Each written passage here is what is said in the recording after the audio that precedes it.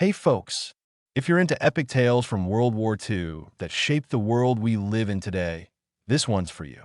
Think of it like the Battle of Midway or D-Day, but on the Eastern Front, where the real grind of the war happened. Subscribe to the channel right now to catch more deep dives into history's turning points, and drop your thoughts in the comments. What do you think about how oil shortages doomed the Nazis, or how this battle echoes American resilience in World War II? Your input keeps the conversation going and makes our content even better. Let's dive in. This story's packed with drama, strategy, and lessons that still hit home today. Picture this. It's the summer of 1941, the dust kicking up on endless Soviet roads, engines roaring like thunder. Nazi Germany's tank columns, led by the mastermind Heinz Guderian. Think of him as their version of General Patton, but with a flair for lightning-fast strikes, are charging ahead like an unstoppable force. This was blitzkrieg, the lightning war that had crushed Poland in weeks and France in months. It seemed like nothing could stop them. But near Smolensk, a gritty Russian city on the path to Moscow, things started to unravel. The German blitzkrieg hit a wall. Not just tanks and troops, but mud, shortages, and sheer Soviet grit. This wasn't just a battle. It was the moment the Red Army showed the world they wouldn't fold, delaying the Nazis long enough to change the war's course. And hey, for us Americans, it's a reminder of how our own entry into the war after Pearl Harbor tipped the scales, supply lines, resources, and unbreakable spirit winning out over aggression. I'll break this down in plain English, like we're chatting over coffee about history's wild rides. I'll throw in my takes, some economic breakdowns, because wars aren't won on bullets alone. They're about oil, money, and manpower, and facts pulled from reliable sources. We'll draw parallels to American World War II stories, like how our industrial might in Detroit churn out tanks faster than anyone, or how Eisenhower's strategies mirrored some of Guderian's early wins. Buckle up. This is going to be a long, thrilling ride through one of WWII's underrated epics.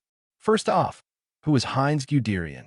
Born in 1888 in Prussia, he came from a military family, much like many American generals from West Point stock. He cut his teeth in World War I, but his real genius shone in the interwar years. Guderian wrote Achtung, Panzer in 1937, basically the Bible of tank warfare. He argued tanks weren't just support, they were the stars, punching through lines with speed and shock.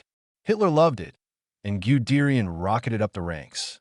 By 1941, he led the 2nd Panzer Group in Army Group Center, aiming straight for Moscow. His tanks had blitzed through Europe, but the Soviet Union? That's like comparing a sprint to a marathon across the Rockies. Vast, unforgiving, and full of surprises.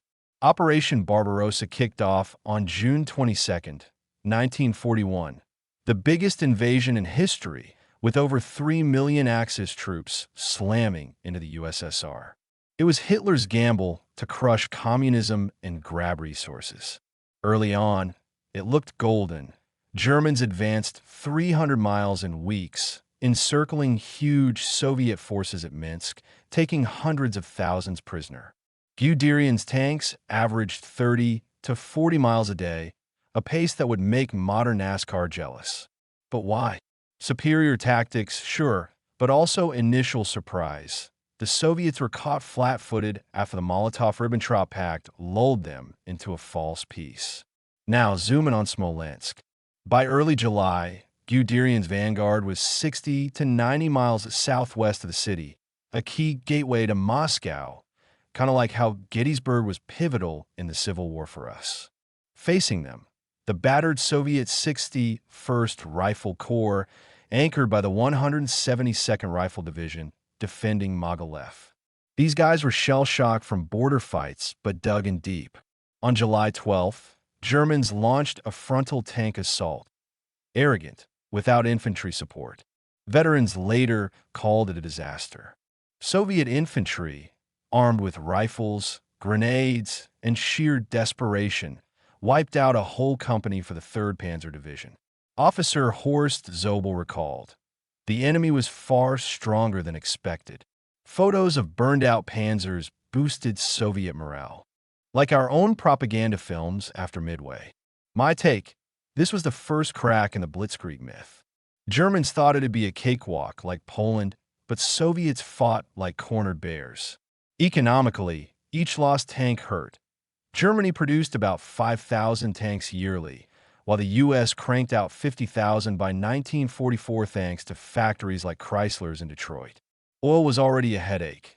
Nazis relied on Romanian fields, Plosti, and synthetic fuel from coal, but Barbarossa guzzled 10 to 12 million tons yearly, way over their 5 to 6 million production. Shortages meant tanks sat idle, echoing how our Lend-Lease oil to Britain kept their engines running. Next day, July 13th, Soviets fell back, but counterpunched with the 20th Mechanized Corps, halting the advance. July 14th, another German push with 30 tanks and assault guns on the 160th Division, repelled. By July 15th, orders for a Big Red Army counterattack fizzled due to lost comms. Chaos reigned, like fog of war in Normandy landings. Local strikes wore down Germans, who swapped motorized units for infantry. 2 Army Corps arrived, but bogged down too. Despite disarray, Soviets delayed the blitzkrieg in July 1941. Guderian's tanks couldn't smash through, waiting for foot soldiers. Guderian, in his memoirs, Panzer Leader, griped about mud, cold, and Hitler's meddling, claiming he could have taken Moscow if not diverted south. But facts show overextension. Losses hit 50% by August. Supply lines stretched 300 miles over bad roads. Think American logistics in the Pacific. Our island hopping succeeded because of superior supply chains. Digging deeper into economics, Germany's blitzkrieg hinged on oil. Pre-war, they imported 80%. Romania supplied 2 to 3 million tons, synthetics 4 million. But Barbarossa needed double that. Rationing hit in 1940 to stockpile for invasion. At Smolensk, fuel shortages slowed advances. Tanks like Panzer IV gulped 50 gallons per 60 miles. Compared to U.S., we produced 183 million tons yearly, fueling Shermans across Europe. Hitler's obsession with Caucasus oil, like Baku fields, diverted forces, leading to Stalingrad disaster.